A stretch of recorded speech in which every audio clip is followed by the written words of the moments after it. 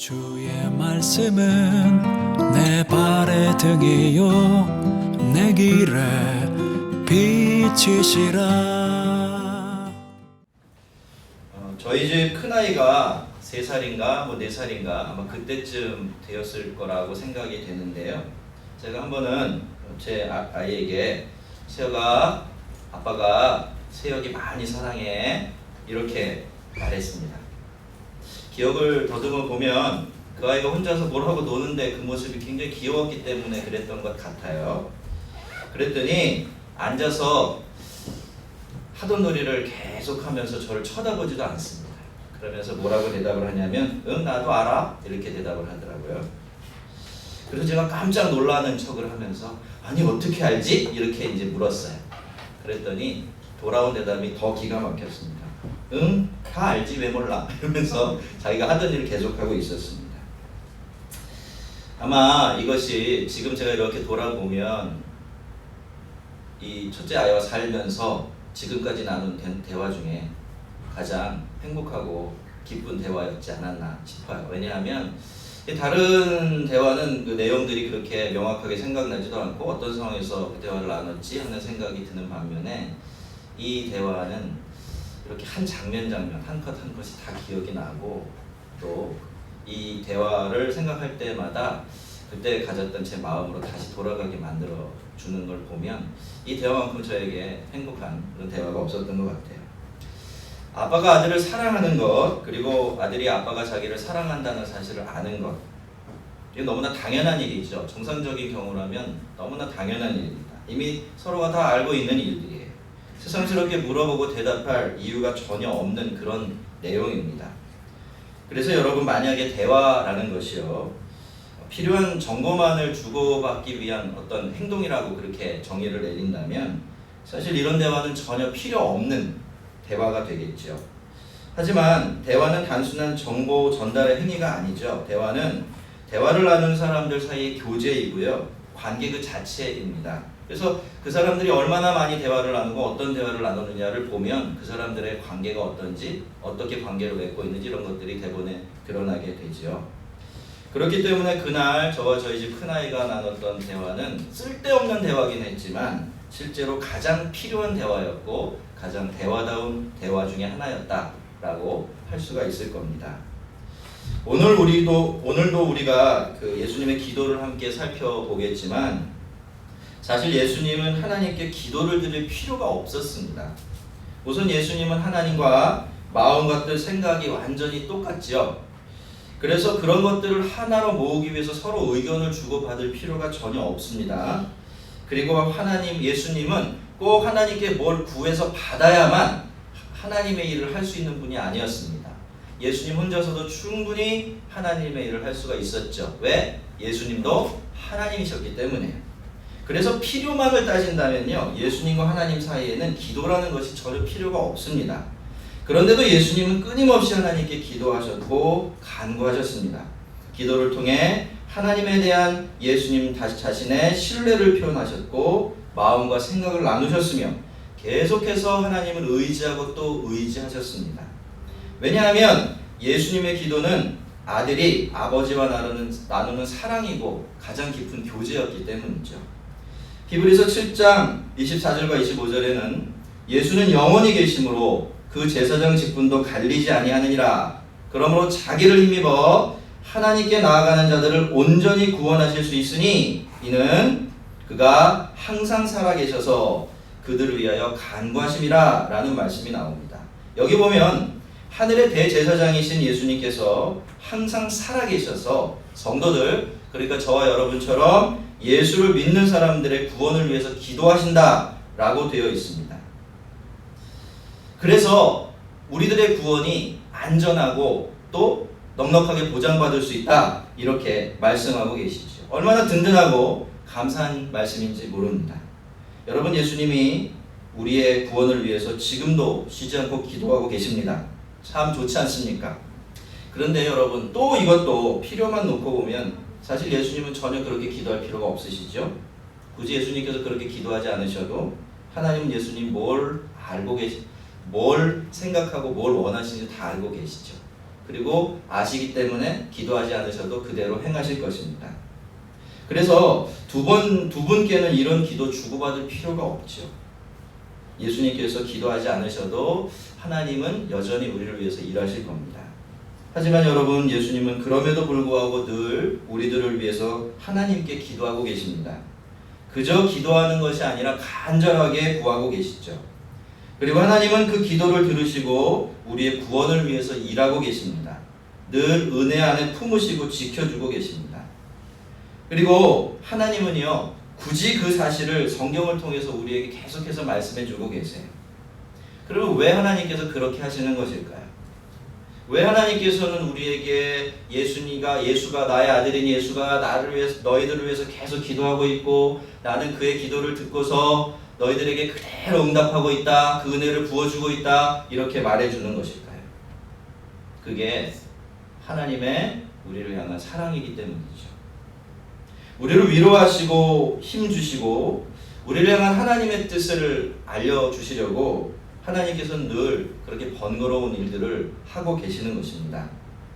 제자들을 위한 예수님의 기도도 마찬가지죠. 예수님은 그렇게 기도하실 필요가 전혀 없으셨습니다. 하나님은 이미 모든 것 다 알고 계시고 그래서 기도하지 않아도 하나님은 제자들을 위해서 똑같이 일하실 것이며 이제 곧 십자가를 지시하는 예수님께는 정말 그 일만 생각하기에도 벅찬 그런 상황이었기 때문입니다. 하지만 여러분, 예수님은 그런 상황에 계셨고 그런 것 다 알고 계셨지만 그럼에도 불구하고 그 순간에도 하나님을 사랑하고 계셨고 제자들을 사랑하고 계셨습니다. 그래서 제자들과 함께 제자들이 들을 수 있도록 큰 소리로 하나님께 기도를 드렸던 거예요. 그것이 하나님을 사랑하시고 또 제자들을 사랑하시는 예수님의 사랑 방법이었기 때문입니다. 오늘은 예수님께서 제자들을 위해서 하신 기도 중에서 앞쪽의 절반 한 가지만 좀 생각해 보려고 하는데요. 예수님께서는 이 기도를 통해서 우리에게 그렇게 말씀하고 계시는 겁니다.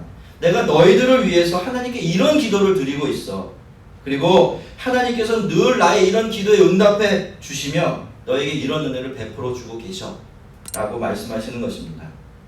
그리고 예수님께서는 무엇 때문에 그런 기도를 내가 너희를 위해서 기도를 드릴 수밖에 없는지 그 이유도 분명하게 알려주고 계시는데요.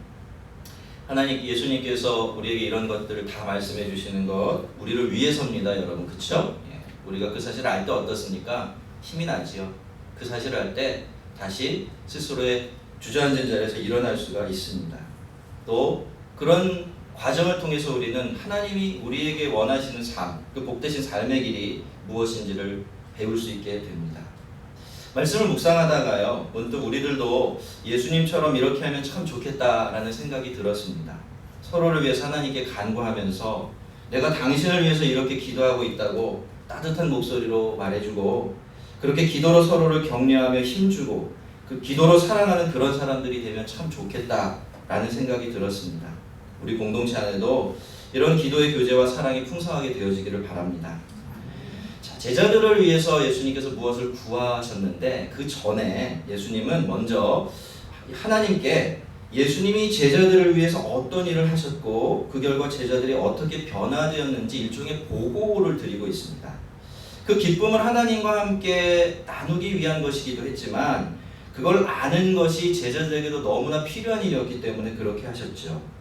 왜냐하면 앞으로 어떤 길을 걸어가야 하는지는 지금까지 어떤 길을 걸어왔는지를 돌아보면 더 쉽게 파악할 수 있기 때문입니다. 여러분, 제자들은 원래 하나님의 것이죠. 하지만 그들은 세상에 속해 있었습니다.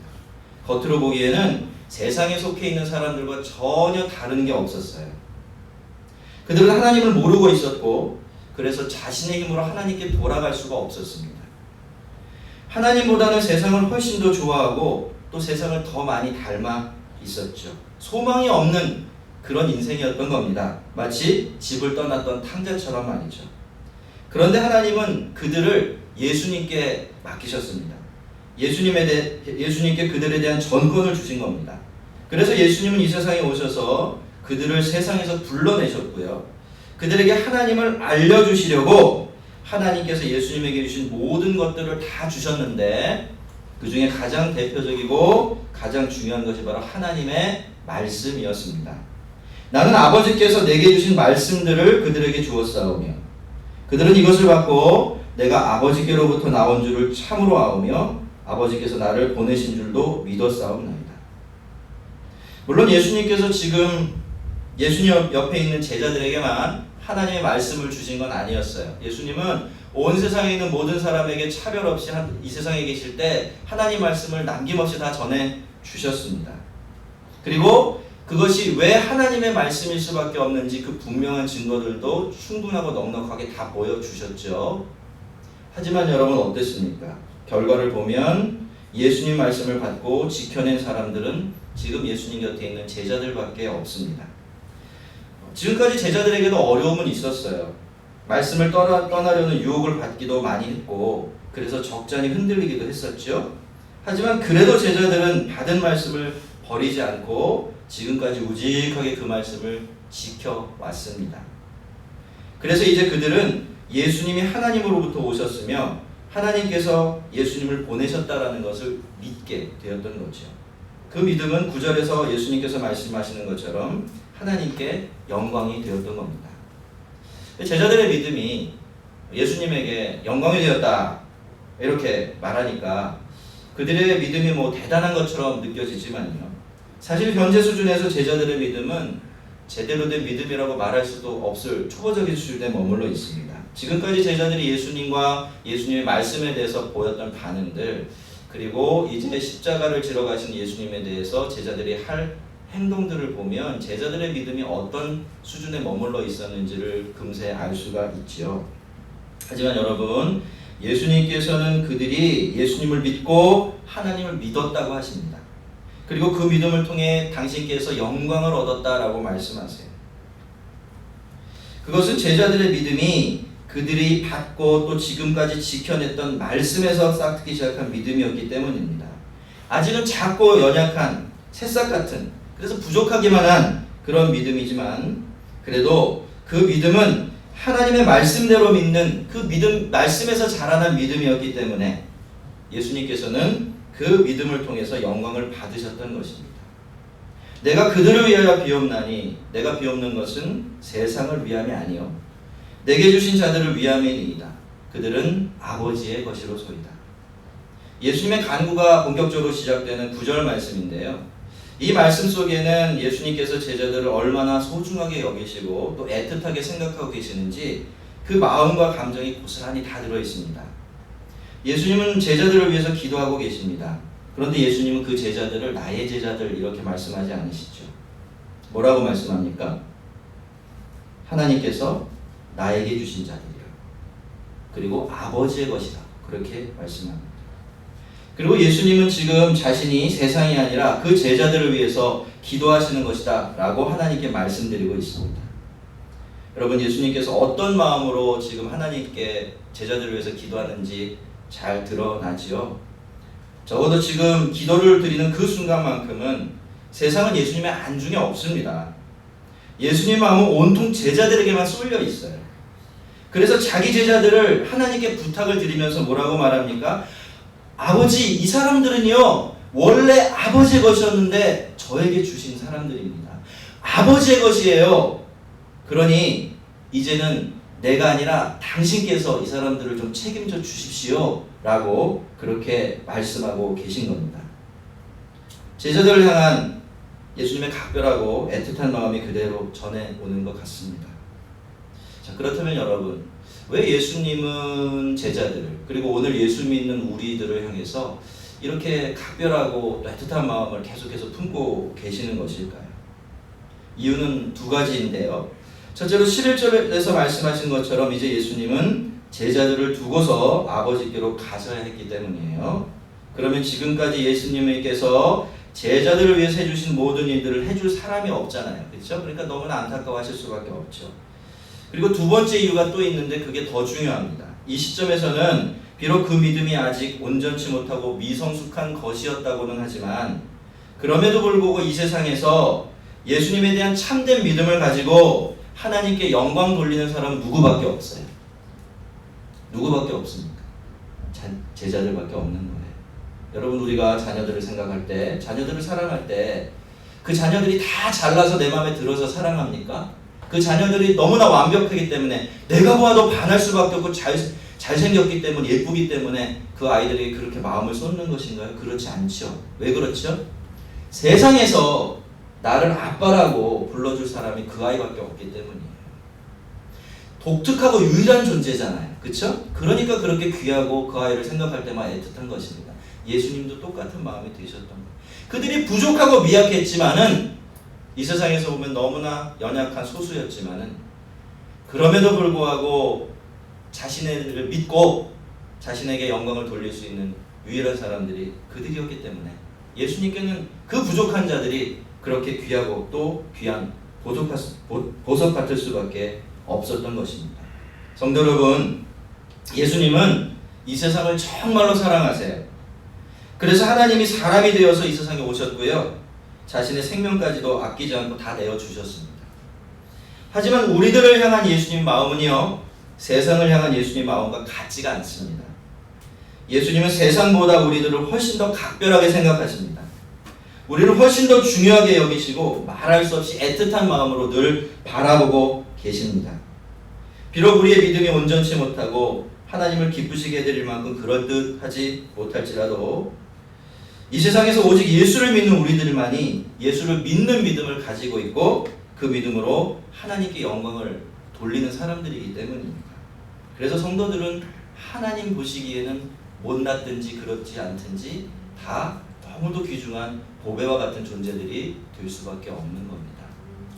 여러분, 요즘에 세상 사람들이 자존감이라는 이야기를 많이 해요.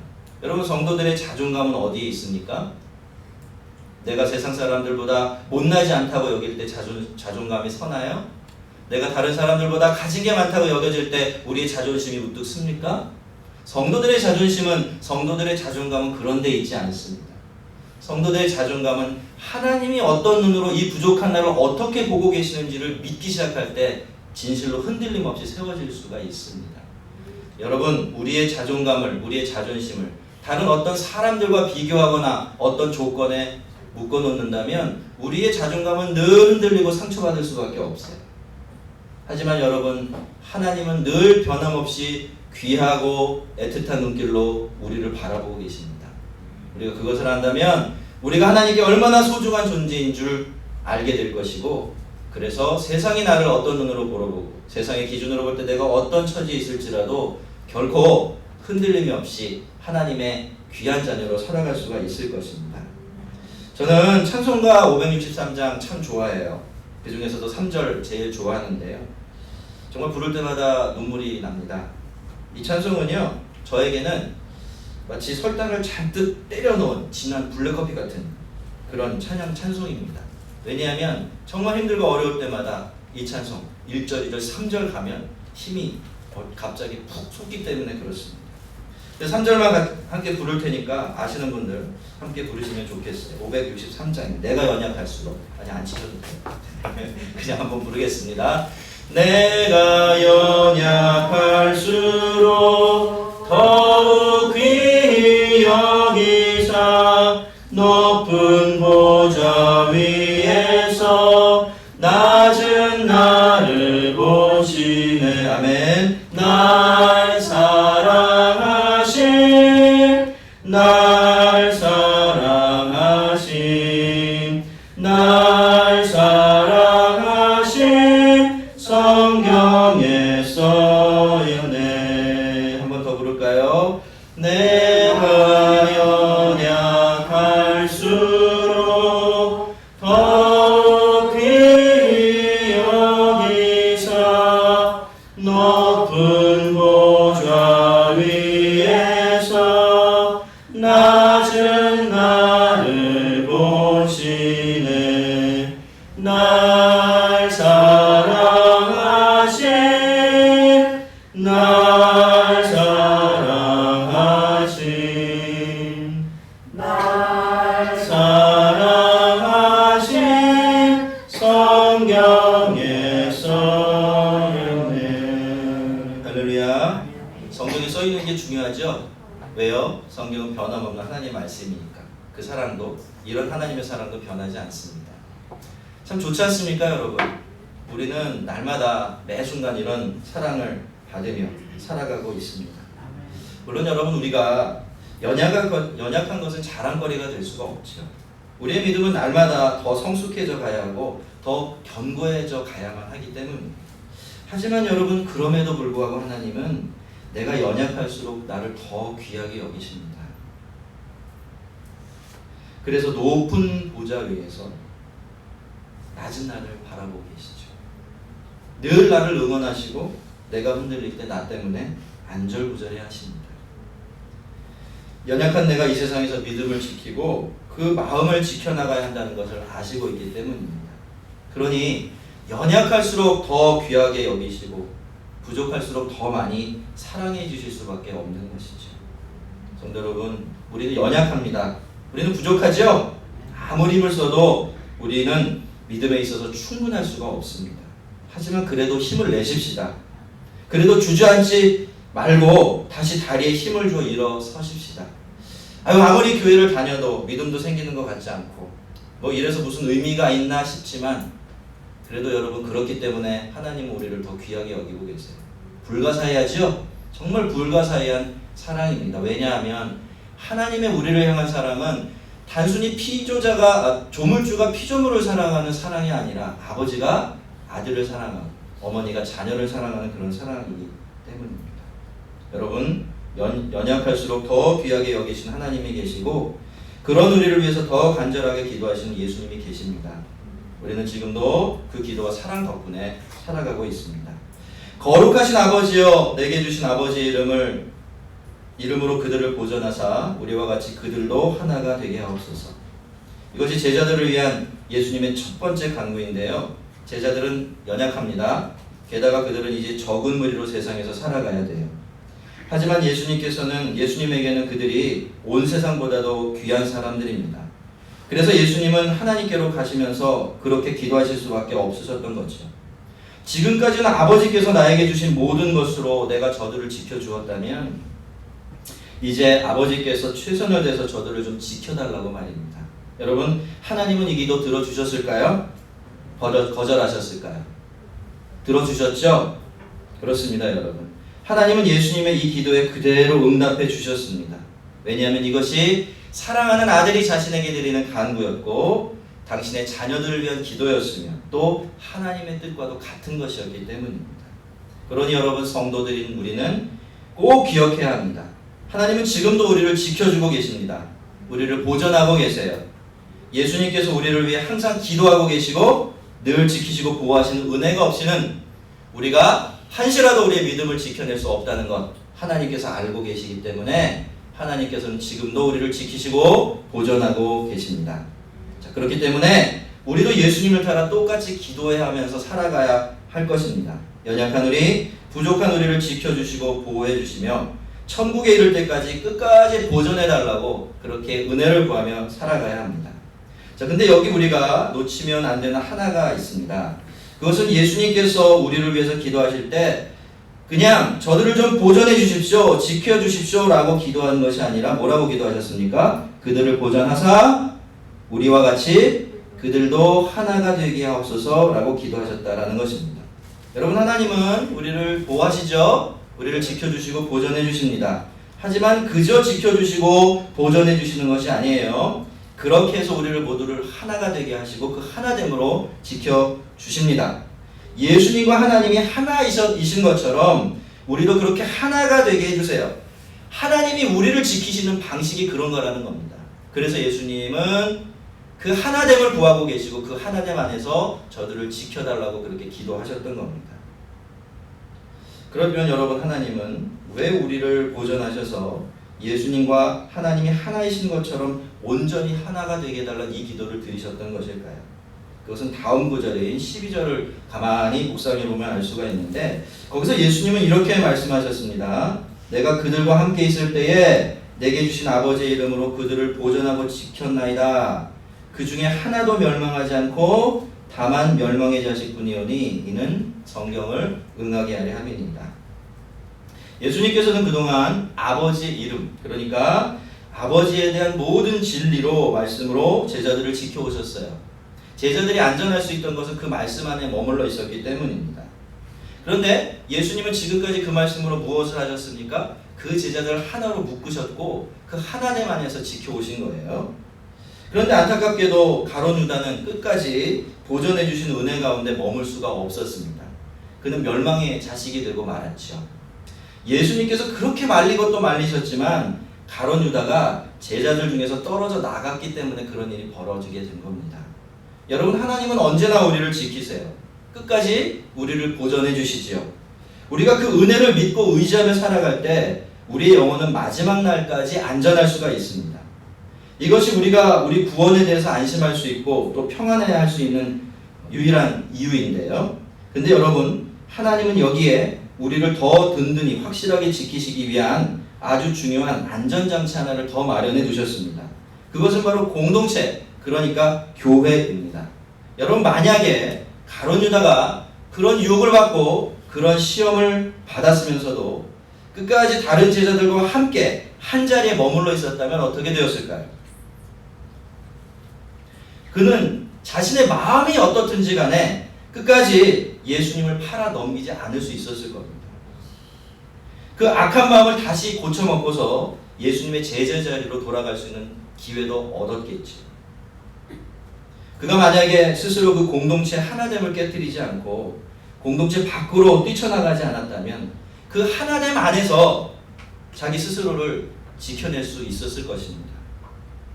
믿음이 어리고 연약한, 신앙이 연약한 성도일수록 교회가 얼마나 소중한 곳인지, 함께 공동체를 섬기며 그 안에 살아가는 일이 얼마나 자기의 신앙이 중요한 일인지 잘 모릅니다. 하지만 여러분, 신앙이 어리고 믿음이 약한 사람일수록 교회 공동체는 그 사람에게 더 절실하게 필요한 곳이 돼요. 왜냐하면 그런 사람들일수록 교회를 떠나서 자기 신앙을 지켜낼 방도를 알고 있지 못하기 때문입니다. 많은 사람들이 교회가 자신의 신앙이 얼마나 필수적인 걸 잘 모르고 살아가는 것 같아요.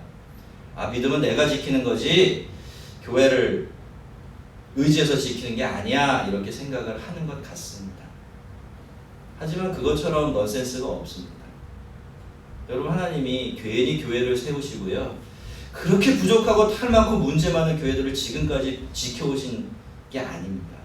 그 교회가 있어야 그 안에 있는 성도들도 그나마 안전할 수 있기 때문에, 믿음을 잃어버리지 않고 지켜낼 수 있기 때문에 하나님은 그 교회가 온전치 못하고 완전치 못할지라도 지금까지 교회를 지탱해 오신 것입니다.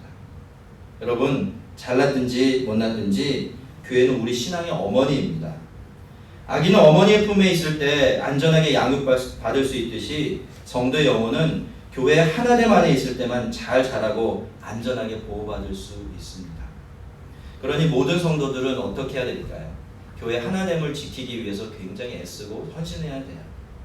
그러기 위해서 할 수 있는 일이 있다면 정말 무슨 일이라도 하려고 할 정도로 교회 하나됨을 소중히 여기는 그런 마음이 있어야 합니다. 성도 여러분, 하나님께서는 우리를 보존하시되 교회 하나됨 안에서 보존하십니다. 여러분의 영혼을 꼭 교회 공동체 안에 있게 하십시오.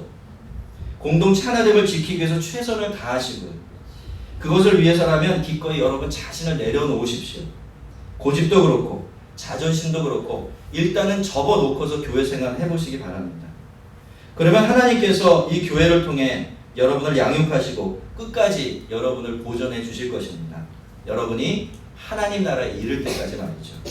이 은혜와 복이 우리 공동체 가운데 충만하게 되기를 바랍니다. 오늘은 예수님께서 제자들을 위해서 드리신 첫 번째 간구를 좀 살펴보았는데요. 성도 여러분, 예수님은 우리를 각별하고 애틋하게 생각하고 계십니다. 최고의 보배로 여기고 계시죠. 이 세상에서 예수를 믿는 우리들만이 그 믿음으로 하나님께 영광을 돌리고 있고 이 세상에서 그 믿음을 지켜내야 한다는 것 아시기 때문입니다. 여러분, 예수님께서는 지금도 우리를 위해서 기도하고 계십니다. 하나님께서는 우리의 믿음을 지켜주시고 보존해 주십사 그렇게 기도하고 계시죠. 여러분, 우리는 그리스도의 것입니다. 그리고 하나님의 것이에요. 우리는 예수님의 간절한 기도와 하나님의 사랑 속에 늘 머물러 살아가고 있습니다. 늘 하나님의 말씀과 공동체를 통해서 우리의 믿음을 지켜주시는 하나님의 은혜에 의지하면서 자기의 믿음으로 적으나 크나 부족하나 그렇지 않으나 그 믿음으로 하나님을 기쁘시게 해가는 저와 여러분 되기를 주의 이름으로 축원합니다. 우리 같이 한번 기도하겠습니다.